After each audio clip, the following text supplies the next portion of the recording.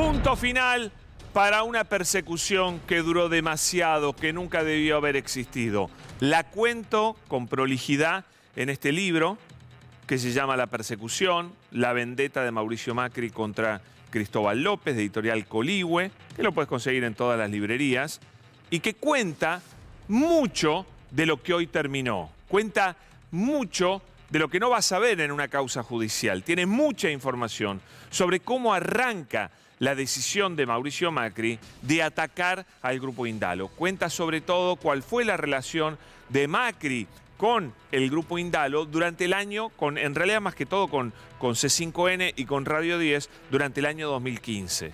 Cuando Macri todavía no soñaba que fuera a ser presidente, pero que cuando esa posibilidad es concreta, empieza a pergeniar con todo un grupo de tareas encabezado por Jaime Mesikoski, la idea de que apuntar al Grupo Indalo podía darle grandes beneficios a Mauricio Macri, desde el punto de vista político, desde el punto de vista mediático y también desde el punto de vista económico, porque también la intención era apoderarse de varias de las empresas. Ese último objetivo se consiguió, porque acuérdense que hay por lo menos tres empresas que destruyó la persecución del macrismo al Grupo Indalo. Acompáñame, que voy a dejar el libro ahí al costado, un minuto. Pero bueno, está en todas las librerías para que vos lo leas y te enteres. Porque claro, es lindo para nosotros los que escribimos libros cuando finalmente la justicia nos da la razón, ¿no? Tantas veces escribimos y no nos dan la razón, pero acá sí. Ahí lo dejo. Es muy importante para nosotros cuando finalmente la justicia avala todo lo que vos escribiste hace años. ¿Y cómo nació esta historia? Por lo menos la de mi libro. Bueno, estaban presos Fabián de Sousa y Cristóbal López. Yo los fui a ver. Después me enteraría mucho después que todas mis conversaciones en la cárcel con ellos están grabadas, porque la AFI de Macri grababa todas las conversaciones de las personas que estaban detenidas en ese pabellón particular de Ezeiza. Pero bueno, ahí me cuenta Fabián de Sousa esta historia y la verdad que me interesó mucho. Empecé a investigar y entonces cuando investigué y me aseguré que la historia, bueno, era como me la había contado, sinceramente había partes que yo decía no podía creer las barbaridades que había hecho el gobierno de Mauricio Macri. Comprobé que todas y cada una de ellas eran ciertas, que lo que me contaban era verdad. Era un momento terrible para este grupo, era un momento terrible para Cristóbal López y Fabián de Sousa, detenidos hacía ya varios meses en el penal de Ezeiza. Toda la opinión pública en contra, los medios principales atacando terriblemente al grupo, a los medios del grupo y demás. Bueno, yo escribí el libro y lo publiqué. El libro cuenta absolutamente toda la verdad, ahora avalado por el fallo del Tribunal Oral Federal número 3. ¿Y qué cuenta el libro? ¿Qué cuenta la historia? ¿Y de qué va el fallo? De que Oil Combustibles, la empresa apuntada por el macrismo, jamás cometió ningún delito. Jamás cometieron ni Cristóbal López ni Fabián de Sousa absolutamente ningún delito. Oil Combustibles no hizo nada malo. ¿Tenía deuda? Sí, tenía deuda con la AFIP, reconocida por la empresa. No puede nunca haber una evasión fiscal cuando vos reconoces la deuda. Justamente la evasión fiscal es no reconocer la deuda. Y después, ¿puede haber defraudación al Estado por parte de particulares? No, es un delito que tienen que cometer los funcionarios públicos. Y además, anotarte en planes de pago, primero es reconocer la deuda, después es dejar de deber, vos ya no sos un deudor, sos una persona que va cumpliendo una obligación.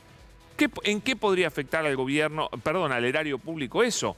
Para nada, lo hacían casi todas las empresas lo hacían en su momento. Y los planes de pago particulares, existían los generales, te anotabas automáticamente por la web, pero los planes de pago particulares requerían un trabajo especial y una resolución particular del administrador de ingresos públicos, en este caso Ricardo Echegaray, que a juicio mío no cometió ningún delito. Esperaba leer el fallo, pero la verdad que no entiendo cómo lo condenan, de verdad no lo entiendo. Pero bueno, había 1.600 empresas que tenían planes de pago particulares. ¿Cuál era la idea? Y esto me lo contó Echegaray, porque también lo entrevisté para el libro, hablé mucho con él. ¿Cuál era la idea que tenía el gobierno de Cristina Kirchner en ese momento? Bueno, no querían que las empresas quebraran.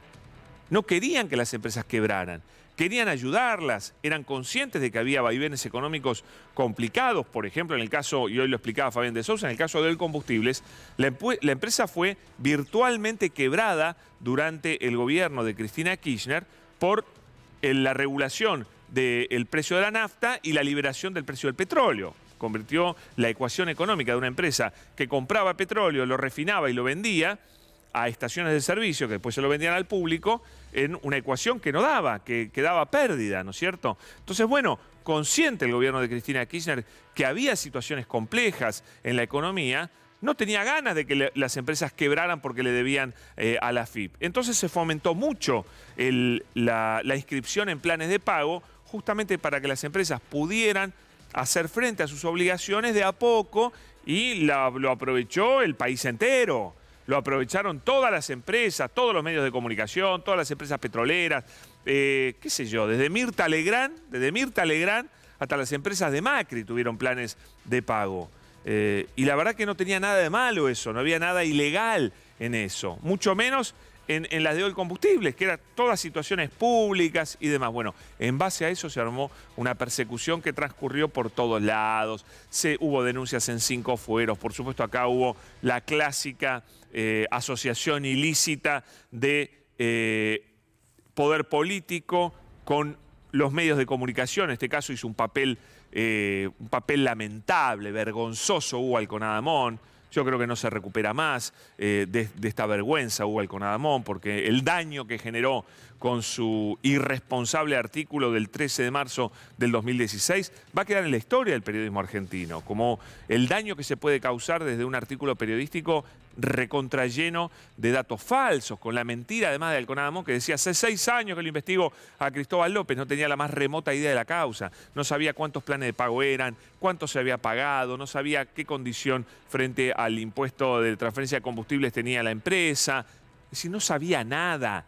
Yo creo que no había investigado ni 2 horas a OIL Combustibles, no tenía ni idea, le dieron un carpetazo y lo clavó por pedido del gobierno de Macri.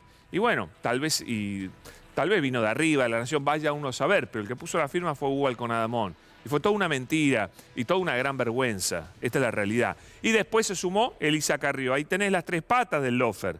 Tenés la pata del poder político, que era Macri, la pata mediática y la pata de la denuncia judicial, por supuesto que arranca después en los jueces que eligió Elisa Carrió y que desde ya hicieron un desastre. Entonces tenés la pata mediática, judicial y política. Y bueno, eso es lo que necesita el lawfare para avanzar. Gracias a Dios, como lo charlamos el otro día, hoy ya no hay espacio para creerse versos de esta magnitud, mentiras de esta magnitud, ataques, persecuciones. Hoy ya eso no lo resiste más la gente, los jueces ya no se animan porque ven otra reacción, incluso los políticos ya tampoco hacen estas denuncias tan estrambóticas, tan delirantes y demás. En el medio, una catástrofe para el Grupo Indalo, una empresa multimillonaria, espectacular, que tenía un plan, proyectos enormes para seguir creciendo, como OIL Combustibles quedó destrozada, el Banco Finansur destrozado, parte de la empresa constructora del grupo también destrozada, por todas decisiones tomadas por el gobierno de Mauricio Macri. Un verdadero horror también lo vivido por Cristóbal López y Fabián de Sousa, casi 2 años presos, con sus familias, por supuesto, sufriendo todo esto, porque ustedes no saben lo que es para una familia tener a un integrante preso injustamente, es un horror por donde lo quieras ver, es un sufrimiento infinito, constante, de todo tipo, que golpea. Hay que ver también, yo fui a la cárcel muchas veces a verlos, los estados de ánimo, lo difícil que es pasar un día detenido, es realmente un horror, sabiendo que uno es absolutamente inocente, que no ha hecho nada y que es víctima de un ser miserable como Mauricio Macri, que ordenó, planeó y ejecutó toda esta maniobra por pura cobardía política. Como digo siempre, detrás de todas estas cosas asquerosas que hizo el gobierno de Macri, cobardía, cobardía, cobardía, no hay otra cosa. Miedo a que la política se lo lleve puesto, miedo a su propia inutilidad y, por supuesto, muchísima crueldad, muchísima crueldad. Pero hubo muchos cómplices. Uno de ellos, fíjate las vueltas de la vida, Pepín Rodríguez Simón, me acuerdo perfecto, por las escuchas de mis charlas con Fabián de Sousa en la cárcel, se entera que yo iba a escribir un libro sobre la cuestión. Y va a presionar a un socio de Cristóbal López para que el libro no saliera. También para que de Sousa retirara la denuncia que había presentado en el juzgado de Cervini. Y yo me comuniqué en ese momento después con Pepín Rodríguez Simón y le dije, el libro va a salir y vos vas a terminar preso. En unos chats que se pusieron un poquito fuertes con Pepín Rodríguez Simón, por supuesto, porque yo conocía muy bien lo que había hecho él, ahora se conoce mucho más, de cómo había operado, cómo había sido el principal operador de la justicia de Macri, y tenía toda la responsabilidad de todo lo que le estaba pasando al Grupo Indalo, y él se desentendía, se hacía el tonto, se hacía el bobo, hablaba muy mal de todo lo que estaba pasando. Finalmente la realidad hoy es que Cristóbal López y Fabián de Sousa están absueltos y que Pepín Rodríguez Simón es un prófugo de la justicia. Es un prófugo de la justicia hace más de un año. Una vergüenza total. ¿Cómo se da vuelta la realidad en la Argentina? ¿Vieron? Es impresionante, es impresionante.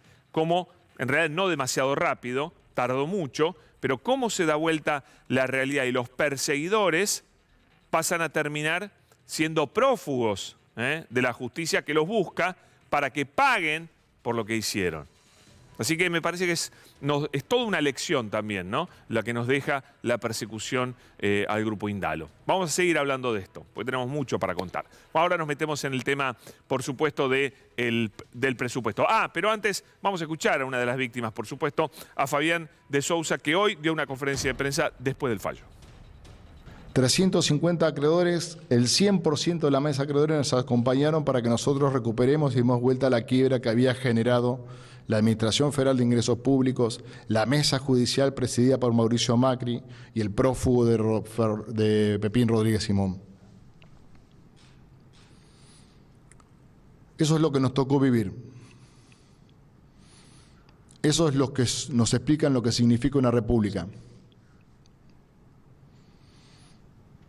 Y así, hoy,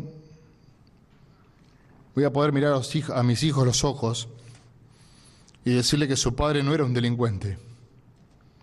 Voy a poder mirar a mi mujer y a mi esposa, a mi madre a los ojos y decir que su compañero y la persona que formaron es una persona que siempre hizo la actuada del bien. Pero pasaron 6 años, en lo cual lo que vivimos es muy parecido a lo que pasó en el proceso del 73, del 76 al 83. Muchas gracias.